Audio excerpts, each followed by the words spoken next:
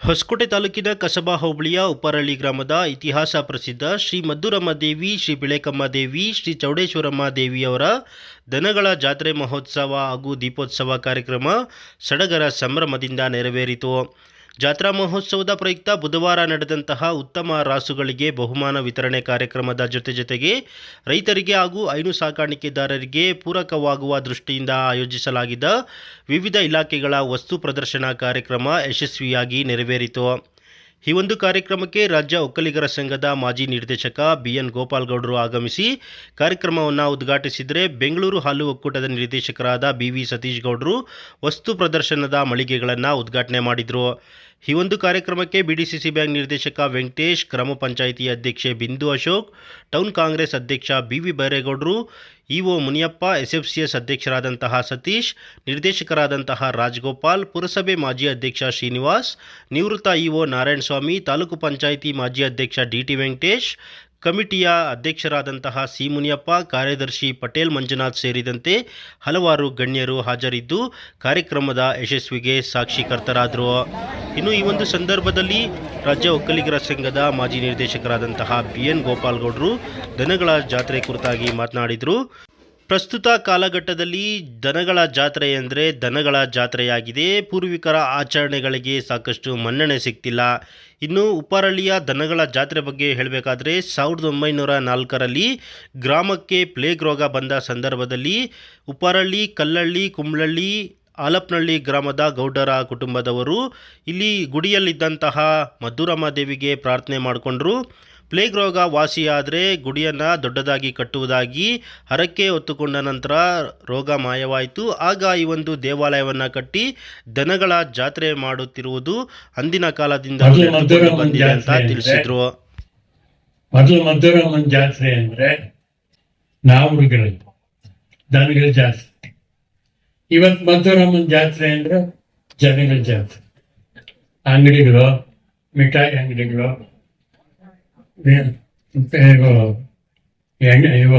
ಬುರ್ಗು, ಕಡಲೆ ಬೀಜ, ಬತಾಸು ಇವನ್ ನೋಡುವಂತ ಜಾತ್ರೆ ಇವು. ಮದ್ದೂರಮ್ಮನ ಜಾತ್ರೆಗೆ ವಿಶೇಷವಾದ ಒಂದು ಅರ್ಥನೂ ಇದೆ. 1904ರಲ್ಲಿ ಪ್ಲೇಗ್ ಬಂದ್ಬಿಡ್ತು. ನಮ್ಮ ಎಲ್ಲ ಕಡೆ ಬಂದಿತ್ತು. ನಮ್ಮೂರಲ್ಲೂ ನಮ್ಮ ತಂದೆಗಳು ಅವರೆಲ್ಲ ಊರು ಬಿಟ್ಟು ಹೊರಗಡೆ ಗುಡಿಸಲು ಹಾಕೊಂಡು ಕೂತಿದ್ರಂತೆ. ಆವಾಗ ಇಲ್ಲೊಂದು ಸಣ್ಣದೊಂದು ಮದ್ದೂರಮ್ಮನ ಗುಡಿ ಇತ್ತು, ದೇವಸ್ಥಾನ ಅಲ್ಲ, ಗುಡಿ. ಆವಾಗ ಯೋಚನೆ ಮಾಡಿದ್ರಂತೆ, ಈ ಕಟ್ಟೆ ಮನೆ ಜೋಡ್ರಿ ಏನಾದರೂ ಮಾಡಿದ್ರು ಪ್ರಾರ್ಥನೆ ಮಾಡೋಣ, ಸ್ವಲ್ಪ ಕಡಿಮೆ ಆಗಲಿ ಅಂತೇಳಿ ಆಲೂಕಳ್ಳಿಯವರು, ಕಲ್ಲಳ್ಳಿಯವರು, ಉಪ್ಪಾರಳ್ಳಿಯವರು, ಕುಂಬಳಳ್ಳಿಯವರು ಇವರೆಲ್ಲ ಗೌಡರಿಗೆ ಸೇರಿ ದೇವ್ರ ಹತ್ರ ಅರ್ಕೆ ಮಾಡ್ಕೊಂಡ್ರು. ನಮಗೆ ಈ ಗಂಡಾಂತರ ತಪ್ಸಮ್ಮ, ನಿಮಗೆ ಒಳ್ಳೆ ಗುಡಿ ಕಟ್ಟಿ ನಿಮ್ನ ಆರಾಧನೆ ಮಾಡಿಸಿರಿ, ವರ್ಷಕ್ಕೊಂದ್ಸತಿ ನಿಮಗೆ ಜನಗಳ ಜಾತ್ರೆ ಬೇಡ, ಜನಗಳ ಜಾತ್ರೆ ನೋಡಿದ್ದೀರದು ಗಲಾಟೆ. ಜನಗಳ ಜಾತ್ರೆ ಆದರೆ ದೇವ್ರುಗಳಿದ್ದಂಗೆ ಸರ್ ನೋಡಿ, ಅಪ್ಪ ದೇವ್ರುಗಳು ಅವ್ರು ನೋಡಿದ್ರೆ ಮನೇಲಿ ಅವ್ರನ್ನ ಕಟ್ಟಾಕೊಂಡ್ರೆ ಸ್ವಾಮಿನಾರಾಯಣ ಅಂತ ಅವ್ರು ಕಾಲಿಗೆ ಬಿದ್ದರೆ ಅಷ್ಟೇ. ನಾವು ಹುಡುಗರಲ್ಲಿ ಪಕ್ಷಿ ಅಂದ್ರೆ ಒಂಥರ ಇದು.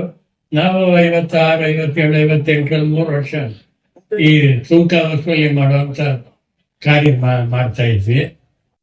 ಇನ್ನು ಇದೇ ಸಂದರ್ಭದಲ್ಲಿ ಉತ್ತಮ ರಾಸುಗಳನ್ನು ಸಾಕಿರುವ ಎಂ ಸತ್ಯವಾರ ಮುನಿರಾಜ್ಗೆ ಪ್ರಥಮ ಬಹುಮಾನವಾಗಿ 10,000 ನಗದು, ಕುರುಬರಪೇಟೆ ವೆಂಕಟೇಶ್ಗೆ ದ್ವಿತೀಯ ಬಹುಮಾನವಾಗಿ 7,500 ನಗದು, ಮೈಲಾಪುರ ನಾಗೇಶ್ಗೆ ತೃತೀಯ ಬಹುಮಾನವಾಗಿ 5,000 ನಗದು ಹಾಗೂ ಪ್ರಶಂಸನಾ ಪತ್ರವನ್ನು ಜಾತ್ರೆ ಆಚರಣಾ ಸಮಿತಿ ವತಿಯಿಂದ ವಿತರಿಸಲಾಯಿತು. ಇದೇ ಕಾರ್ಯಕ್ರಮದಲ್ಲಿ ತಾಲೂಕು ಪಂಚಾಯಿತಿ ಕಾರ್ಯನಿರ್ವಹಣಾಧಿಕಾರಿ ಮುನಿಯಪ್ಪನವರು ಮಾತನಾಡ್ತಾ, ಜಾತ್ರೆಗಳು ಅಂದರೆ ಬಾಲ್ಯದ ದಿನಗಳನ್ನು ನೆನಪು ಮಾಡುತ್ತೆ. ಆದರೆ ಪ್ರಸ್ತುತ ದಿನಗಳಲ್ಲಿ ಆ ಒಂದು ಆಚರಣೆ ಕಣ್ಮರೆಯಾಗುತ್ತಿದೆ. ಪ್ರಮುಖವಾಗಿ ಮಿಶ್ರತಳಿಯನ್ನು ರೈತರು ಅವಲಂಬಿಸಿರುವ ಪರಿಣಾಮವಾಗಿ ಮನುಷ್ಯನ ಆಯಸ್ಸು ಕೂಡ ಕುಗ್ಗುತ್ತಿದೆ. ಈ ಹಿಂದೆ ನಮ್ಮ ಪೂರ್ವಿಕರು ಉತ್ತಮವಾದ ದೇಸಿ ರಾಸುಗಳನ್ನು ಸಾಕುವುದರ ಮೂಲಕ ಉತ್ತಮ ಆಹಾರ ಜೊತೆಗೆ ಉತ್ತಮ ಬೆಳೆಗಳನ್ನು ಬೆಳೆದು ಉತ್ತಮ ಆಹಾರವನ್ನು ಸೇವಿಸಿ ಸಾಕಷ್ಟು ವರ್ಷಗಳು ಜೀವಿಸುತ್ತಿದ್ದರು. ಆದರೆ ಈಗ ನಮ್ಮ ಆಯಸ್ಸು ಕೇವಲ 60 ಆಗಿದೆ ಅಂತ ತಿಳಿಸಿದರು. ಈ ದಿನದ ಕಾರ್ಯಕ್ರಮ ಒಂದು ಬಾಲ್ಯದ ನೆನಪನ್ನ ಮೂಡಿಸುತ್ತೆ. ಯಾಕೆ ಅಂತಂದ್ರೆ ಈಗ ಹಳ್ಳಿಗಳಲ್ಲಿ ಯಾವುದೇ ರೀತಿಯಾಗಿ ನಾಟಿ ಹಸುಗಳು ಅಂತಕ್ಕಂಥದ್ದು ನಮ್ಗೆ ಕಂಡು ಬರೋದಿಲ್ಲ.